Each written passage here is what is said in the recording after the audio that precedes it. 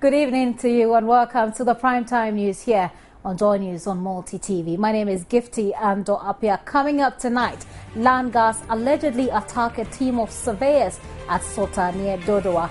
We'll get an update on the situation from the Dodowa police. Now, Information Minister hints that some heads of the country's revenue agencies might lose their jobs very soon. After 13 grueling days of questioning, counsel for the third respondent in the ongoing election petition case, Judge Chikata ends his cross-examination of the petitioner's star witness, Dr. Mahmoud Baumia. Students of special schools across the country may have to stay home a while longer, as the Ghana Education Service says it has not even received grants for the second term, which has already ended. And GOSPA says a committee set up by government to look into its grievances amounts to political interference. So we have all these plus business, sport, international and showbiz coming up right after this.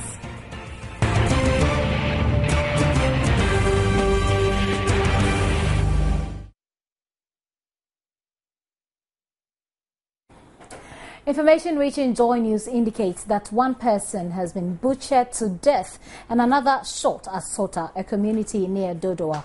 3 other persons were said to have been injured when they were attacked by land gas. The 5 were said to be a team of surveyors surveying some plots of land purchased by an estate developer.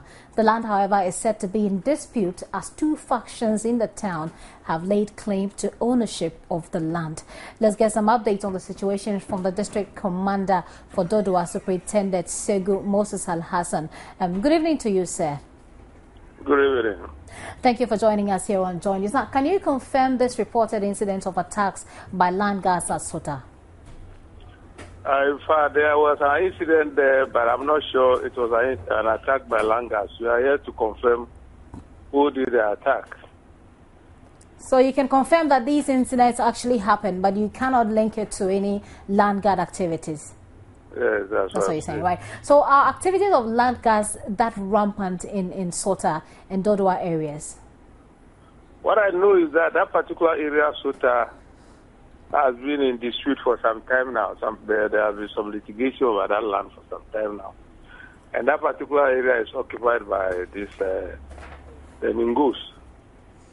And then these are some fashion from the Shires are also laying claim to that place. So that dispute has been there for some time. Can you confirm to us whether any arrests have been made? Because we assume that there has been arrest, but since you're on the ground, we would like you to confirm that for us. There had been no arrest so far. Okay. What I'm aware of is that when an incident happened, no persons have really come forward to make any report. We were the people who went to the bush when we had the incident, and we met some people coming out of the bush who told us that they were also part of the group of surveyors who were in the bush there. So we brought them to the police station and took a report from them, and then they collected medical forms that they were going to the hospital to report back. So no arrest has been made so far. So will you be able to tell us the condition of the persons who were injured? We understand one person who was shot has been rushed to the Dodowa District Hospital. Could you tell us his condition? So far, one person is dead. The body has been taken to the police hospital morgue. Another person is seriously injured. He's also at the police hospital. And then two other people are on admission at the Dodowa Hospital, and one was treated and discharged. But from your perspective, how safe would you say the community is as it stands now? Oh, the community is safe because the whole thing took place in the bush. The towns surrounding that area, there have not been any incident. Even this evening when we were coming, my divisional commander was with me. We went to the villages, and apparently they even didn't hear that there was anything happening. So we have put up patrol teams around there for the night to make sure that area is safe. Okay, many thanks to you, sir, for your time here on Joy News. welcome. Moving on, heads of the Customs, Excise and Preventive Service and the Ghana Revenue Authority, as well as other revenue mobilization agencies, may soon lose their positions. This was announced by Information Minister Mahama Yariga at today's presidential media briefing at the Flagstaff House. He explains the move is part of government's efforts to ensure monies due the state are accordingly accounted for. Mahama Yariga said it has come to government's attention that some businesses are evading tax, a situation he attributed to the failure of heads of revenue collection agencies to do their job.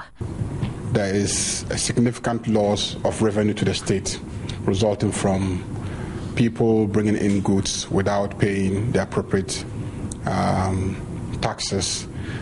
And so this task force is going to go around, mount checks at the various points of entry and do whatever it takes to bring the situation under control.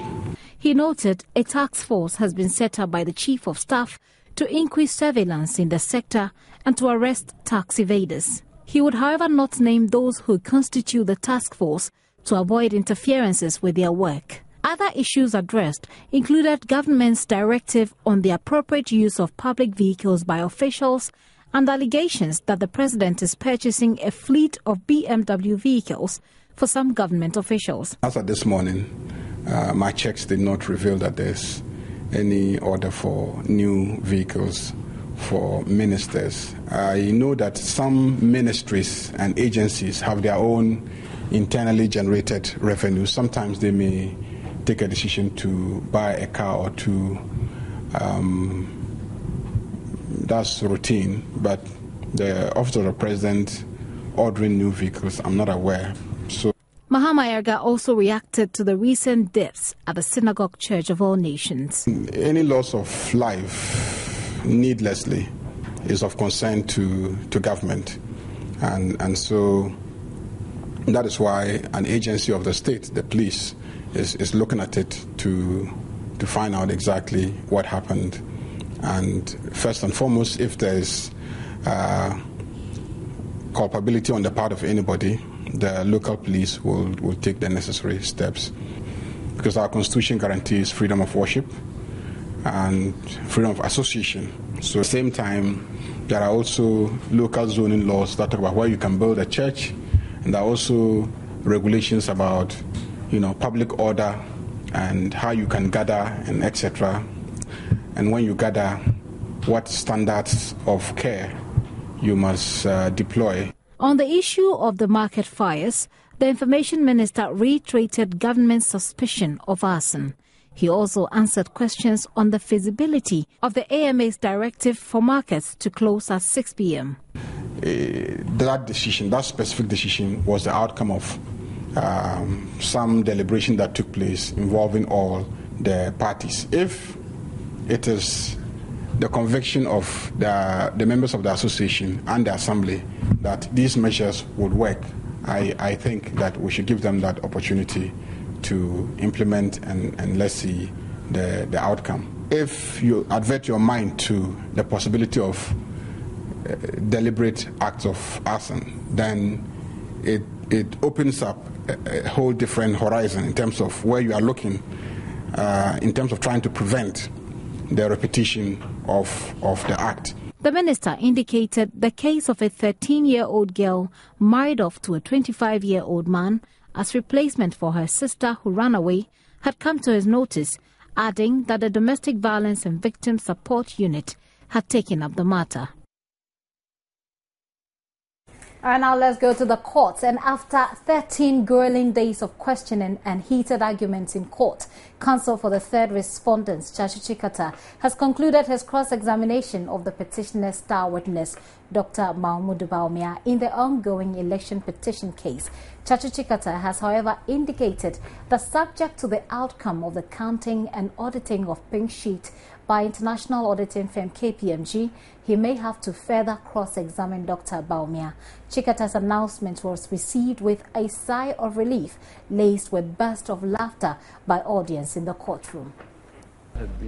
Earlier in the day, the Supreme Court had asked respondents in the election petition case to direct their concerns on the number of boxes containing the pink sheets to the referee KPMG. This was after lead counsel for the third respondent, Chachuchi Kata, had raised an alarm that a head count of the number of pink sheets at the registry revealed that there was an increase. For my lords, there will obviously need to be a consideration of the steps that will be appropriate for this. As many as 7 additional boxes appear to have been added. It is actually a matter bordering on criminality. It is obvious that somebody has a sinister agenda to deprive the petitioners of the opportunity to fully put forward their case. According to the court, the move would enable the referee incorporate their concerns in its report. The court gave the ruling after an oral application by counsel for the NDC, Chachuchi Kata, for tighter controls in auditing the pink sheets at Tuesday's hearing. The situation drew arguments between the two lead counsels for the NDC and NPP.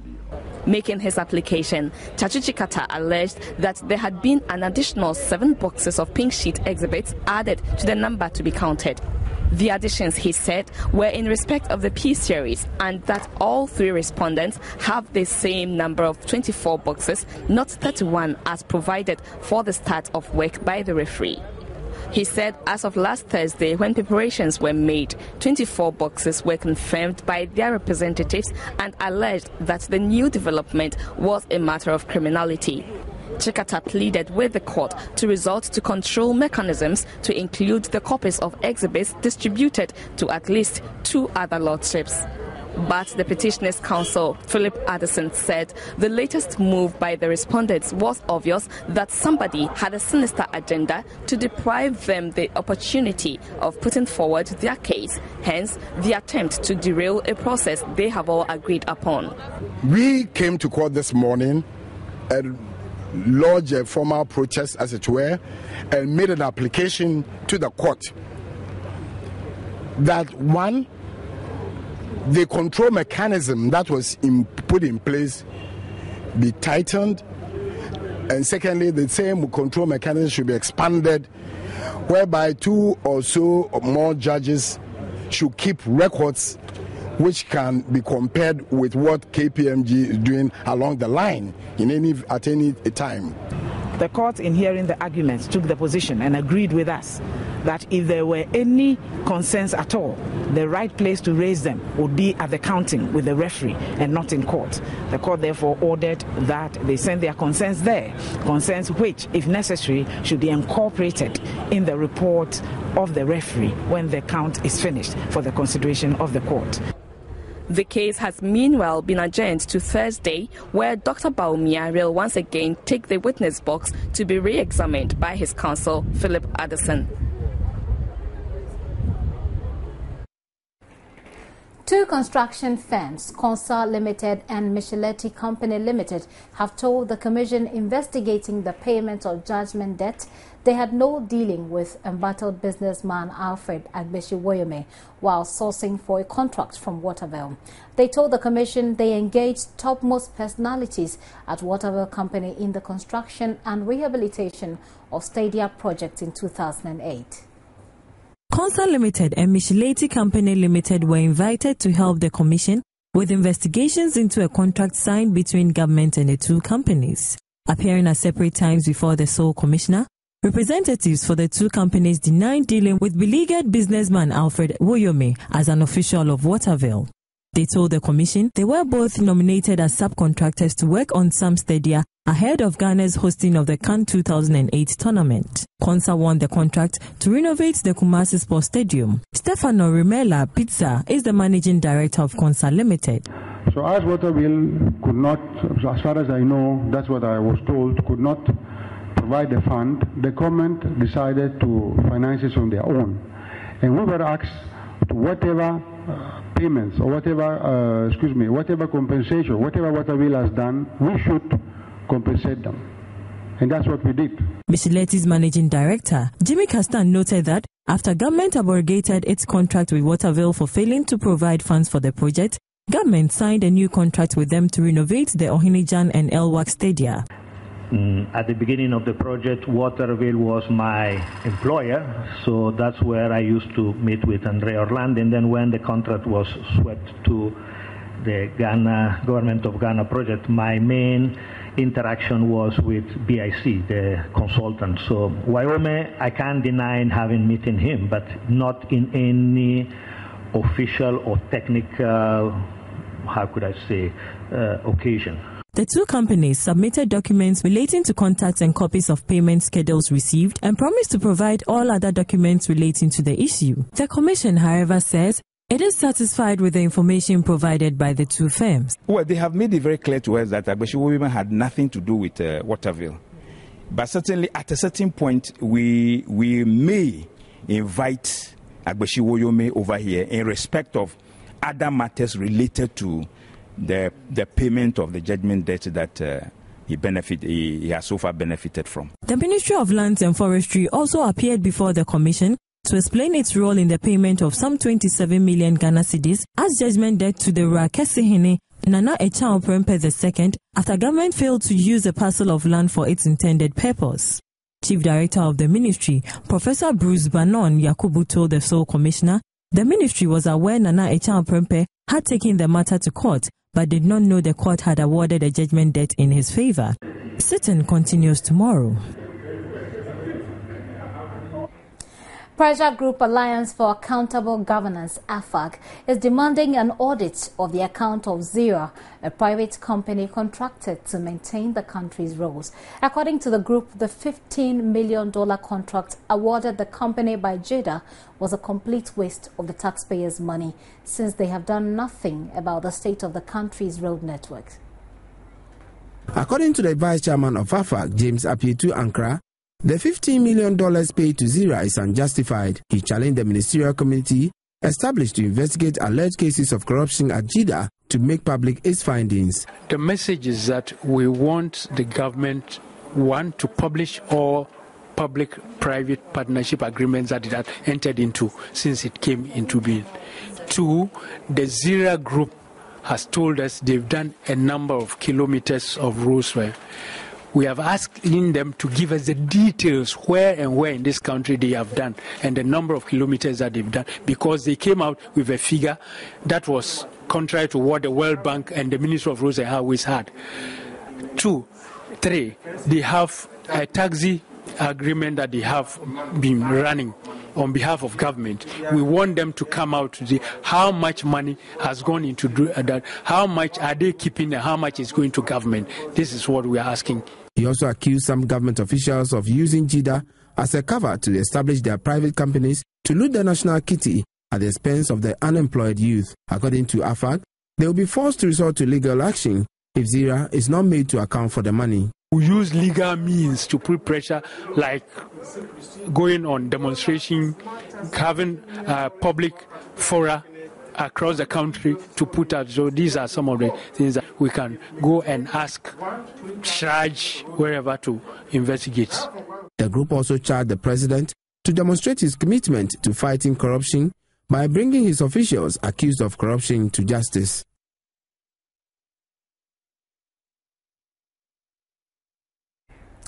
The Government and Hospital Pharmacists Association, GOSPA, says government's decision to set up a committee to look into its grievances amounts to political interference. The association argues that setting aside the National Labour Commission's ruling on the matter undermines the independence of the institution. At a press conference in Kumasi, spokesperson for GOSPA, Patrick Kumi, said parties to labour disputes must abide by decisions of mandated institutions such as the Labour Commission. Mahmoud Mohammed Nuruddin sent in this report. GOSPA says it doubts the status of the new committee inaugurated by the Health Minister on the 15th of this month. According to Patrick Kumi, the new body is not a cabinet subcommittee as earlier proposed by the sector minister and the chief of staff. He says his statutory mandate and legal effect on the outcome of his deliberations remain unclear to GOSPA members. He explains the association is on strike because of what he describes as impunity on the part of the Fair Wages and Salaries Commission and the inability of the Labour Commission to go to court to seek enforcement of his orders. Patrick Kumi said the pharmacists will not return to work until they are placed on the appropriate salary level, adding government and the FWSC would have to take the blame for any consequences arising from their action. GOSPA members have gone through the necessary and requisite processes for the last 2 years aimed at addressing a simple issue, and that is the migration of pharmacists onto the single span salary structure. After going through these processes at the National Labour Commission, the commission that is legally mandated to resolve these issues, the commission has come out with its award. But the Fair Wages and Salaries Commission has refused to implement the ruling. We found that as we say, unacceptable, because we want to build strong institutions. We have actually availed ourselves to the working of an institution, and after coming out with the ruling by that institution, another institution says they will not comply by the ruling. For us, the way to go is not the formation of a committee, because the formation of the committee is even deemed as a political interference in the issue. He also warned hospital administrators against what he describes as subtle threats to some of their members. Mahmoud Mohammed Nuruddin's report for Joy News. This is the Primetime Bulletin here on Joy News on Multi TV. We'll be right back.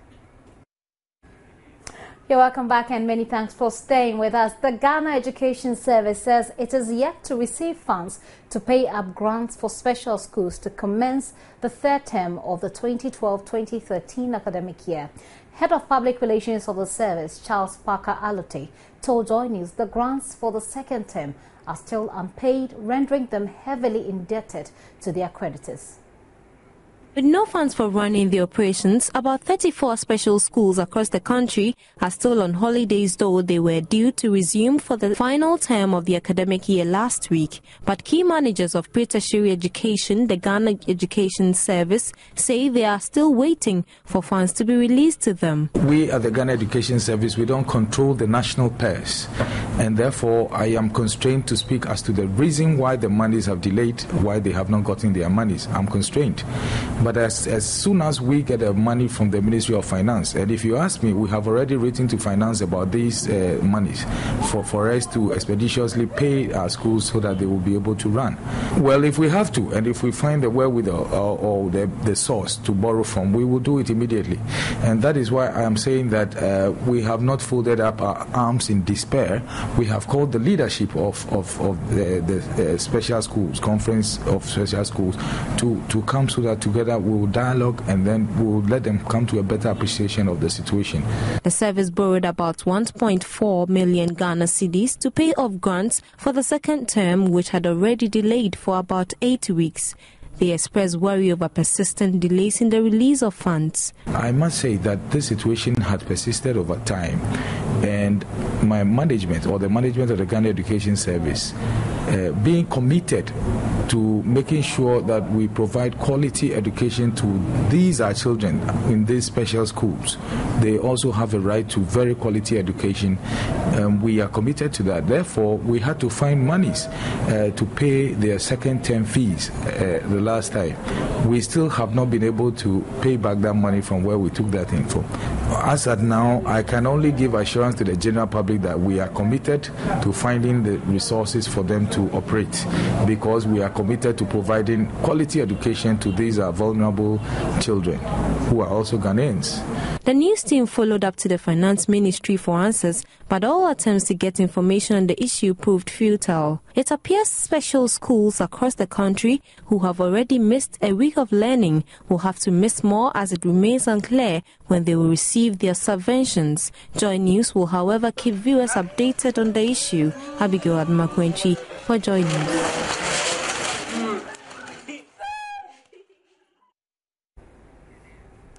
5 new heads of diplomatic missions presented their letters of credence to President John Mahama today at the Flagstaff House. The ambassadors from Morocco, Norway, Portugal, Mexico and Belarus have all indicated their interest in expanding economic and cultural collaborations with Ghana.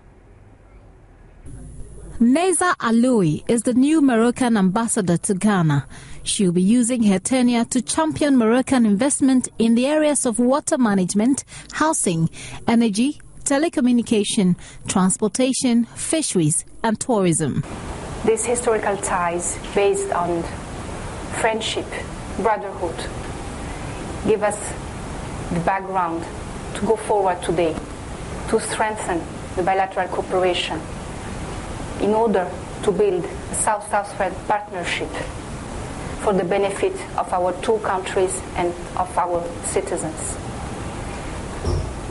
Our aim today is to deepen, strengthen, and diversify this cooperation through pragmatic and concrete actions. President Mahama said an earlier MOU signed with Morocco will be duly followed. In 2001, we signed a memorandum of understanding to cooperate in various fields, including politics, in business, culture, science, and technology. And it is my hope that with your coming as ambassador, we'll be able to deepen our cooperation. Neza Alui is currently studying for a doctorate in international relations. Norway is being represented in Ghana by Hege Hertzberg. And we believe that we have managed the Norwegian oil resources in a way that benefits the whole population. And we are very humbled by your request a few years ago if we could cooperate with you on institutional cooperation in the oil sector. And we are even expanding that cooperation this year, and I'm very, very humbled and pleased that you look to Norway and want a relationship with us on the oil sector. President Mahama indicated Ghana's preparedness to learn from their oil and gas management style as a socially democratic state. We gave Ghana a grant of $6.5 million for environmental studies in respect of the oil and gas industry, and I want to express our appreciation for that. Since then, there have been a lot of collaboration in terms of building the human resource of Ghana in handling our oil and gas industry. So many technical people and students have gone to Norway to study in some of your reputed institutes that offer training in oil and gas. The Norwegian consulate in Ghana was recently upgraded to the status of a full embassy. Portugal's Simon Achapinto presented his accreditation with a call for more commercial exchanges between Ghana and Portugal. President Mahama urged him to foster trade relations between the two countries, since Portugal's volume of trade in Ghana is low. Next to present his accreditation was Marco Antonio Garcia Blanco, the Mexican ambassador to Ghana. He is seeking to promote exchanges between Ghana and Mexico in the areas of culture, sports, and the creative arts. Ambassador Antonio is a professor in public and private international law and will be resident in Abuja, Nigeria.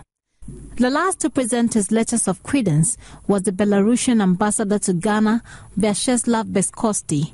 President Mahama said collaborations between Ghana and Belarus has been low, but was hopeful the presence of the ambassador will open up more avenues for collaboration, especially in the agricultural sector. Vyacheslav Beskosti is an economist and will be a non-resident ambassador.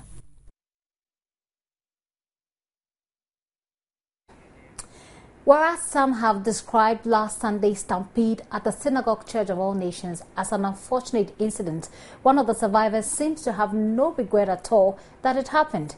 Hundreds of worshippers at the church's Spinters branch flocked the premises following reports that the general overseer would be distributing free bottles of holy water. And the 54-year-old survivor who traveled to Accra for the supposed free holy water tells my colleague Imanalante she would do it all over again if given the chance. Like many Ghanaian Christians who follow the ministry of Nigerian televangelist Prophet T.B. Joshua, 54-year-old Walanyo Kpebu left her home in the Volta region for Accra when she heard the prophet will be distributing free bottles of holy water last Sunday, May 19. Her reason for making the trip to Accra was simple: to receive healing for an ailment she would not disclose and breakthrough in life. But her quest for divine healing rather landed her in this bed at the police hospital. She was one of the 10 members of SCOAN who were injured in the stampede, which claimed 4 lives last Sunday. Walanyo recounts how events unfolded that fateful Sunday. He just said that they come here to make a church and give us some written water. So we came here by 4. People people are plenty. Then you're also going. Before I notice people at my back, they push us so further. Then they walk through. That's what I. So then I faint. From our interview, it was clear she was suffering and had difficulty breathing, but she says no one is to blame for her predicament. Oh, it's something that I need. That's why I went there. I didn't take anything bad.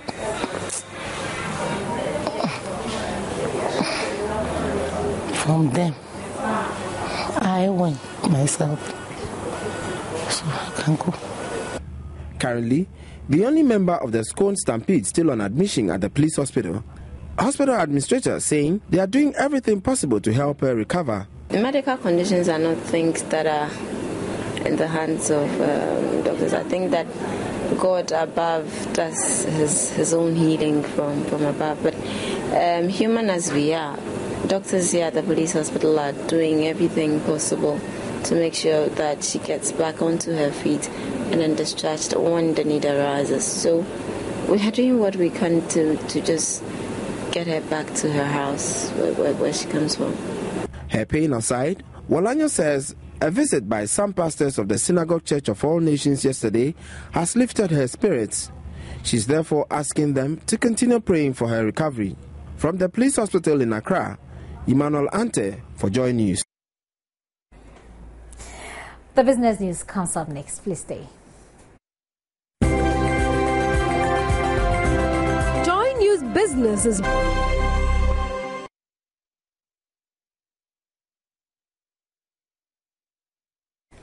And now it's time for business. Now, government would henceforth confiscate the equipment of Chinese migrants engaged in illegal mining business. This came from the Minister of Lands and Natural Resources, Inus Afuseni, yesterday, after meeting with a 9-member delegation from China to find a lasting solution to the activities of Chinese galamsey operators. Speaking to Joy Business, Inus Afuseni said government will not compromise on enforcing the laws.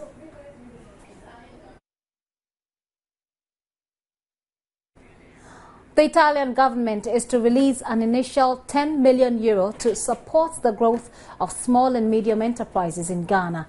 This would be through a credit facility as part of the Ghanaian-Italian project established in 2003 to provide support to such local businesses. The Italian ambassador Laura Carpini revealed this when she visited the Trade and Industry Minister Haruna Idrisu at his office today. Their discussions also focused on how to improve economic relations between the two countries, especially the balance of trade, which is in favor of Italy and investments.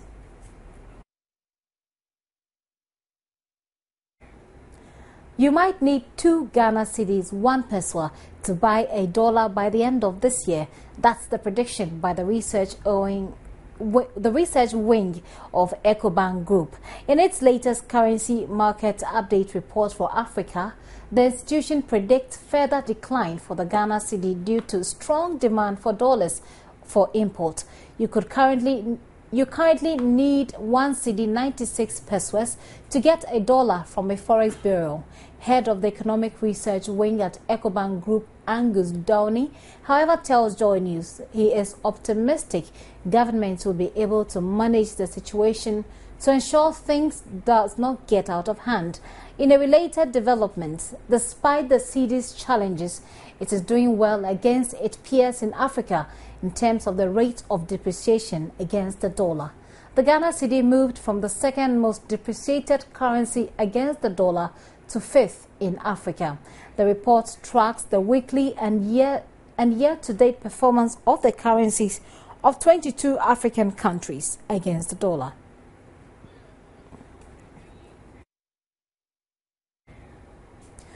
Mobile giant Vodafone's full-year sales have slipped for the first time in 8 years after tough economic conditions in Europe hit revenues. Annual revenues fell 4.4% to £44.4 billion after the firm cut prices in Europe in an attempt to retain customers. service revenue fell 12.8%, while in Spain it dropped 11.5%. Vodafone said it had written down the value of its businesses in Italy and Spain by a further £1.8 billion, taking the total write-down for the year to £7.7 billion. The write-downs meant that earning after taxation plunged to £673 million in the group's financial year to the end of March, compared with £7 billion in 2011 to 2012.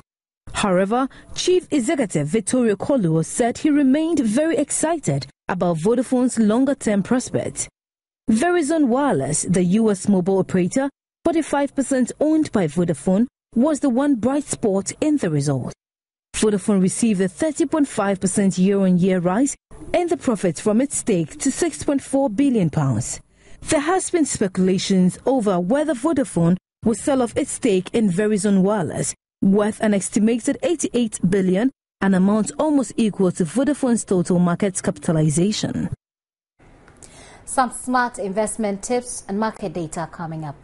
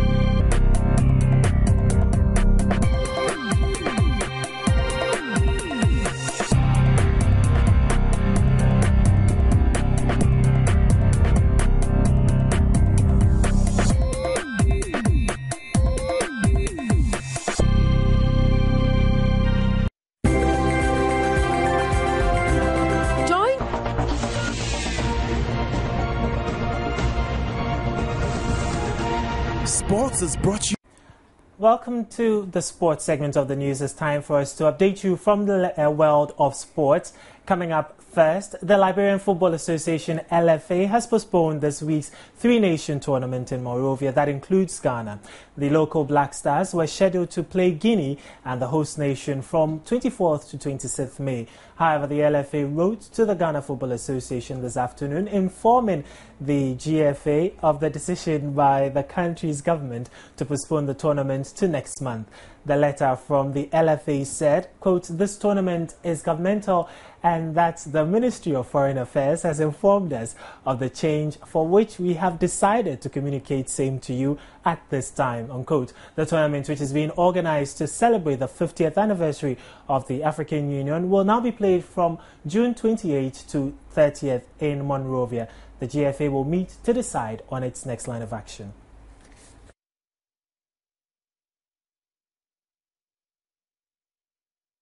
And in other sports news, Ghana's FA President Kwesi Nyantakyi has been named to lead the Continental Governing Body's Fair Play and Social Responsibility Committee, as well as serving on 4 other committees. Nyantakyi, a young lawyer who swooped into the Executive Committee of Africa's Football Governing Body 2 years ago, has impressed a lot of people in a short stint, which has resulted in his massive promotion. His appointment to the Standing Committee was confirmed by CAF's Executive Committee at its meeting in Cairo on May 15th and 16, 2013, following a new system of selection. Nyantakyi will chair the 8-member Fair Play and Social Responsibility Committee for the period between 2013 and 2015. The GFA president was also approved as the vice president of the media committee while retaining his seats as a member of the organizing committee for the African Cup of Nations and executive committee. Nyantichi will also represent West Africa B on the consultative committee of CAF. He is also a 7-member on one of the committee at FIFA. And that's it for the latest from the world of sports. Gifty comes back shortly with the latest from the world of showbiz. Sports was brought to you in association with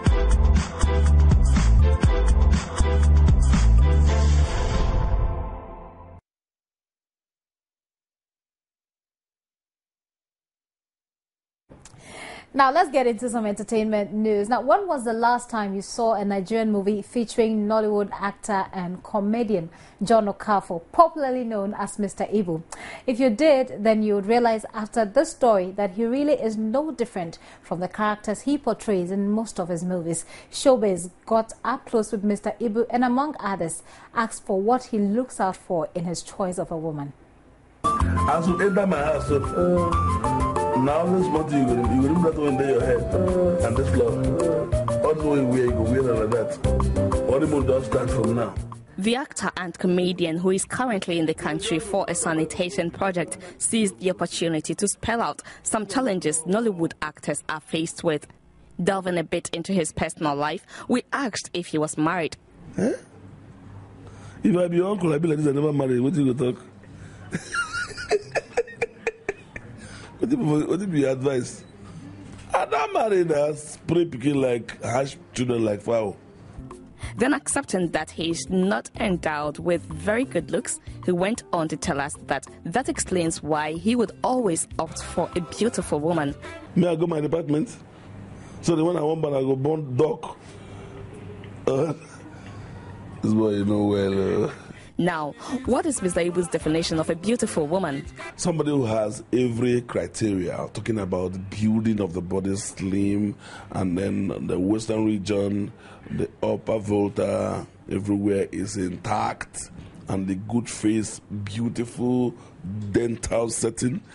Jesus Christ, and like mermaid eyes, and things that can pull a man. Good heights, even the middle heights, okay. As a woman, and must be very intelligent. Well, Mr. Ibu hopes to embark on a sanitation campaign with Zoom Lion.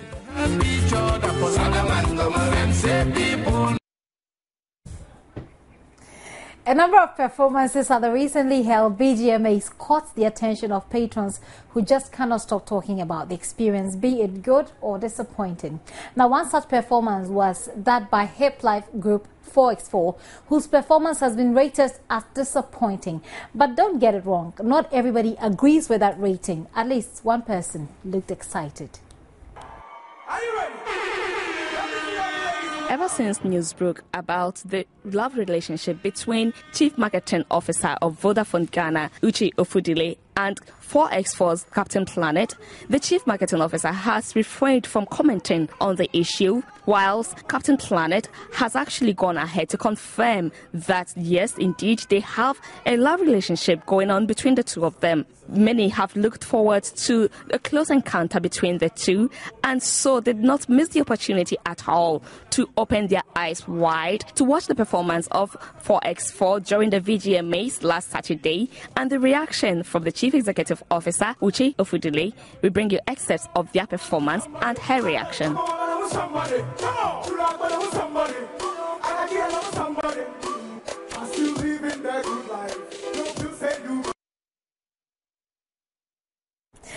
And that's it for Showbiz.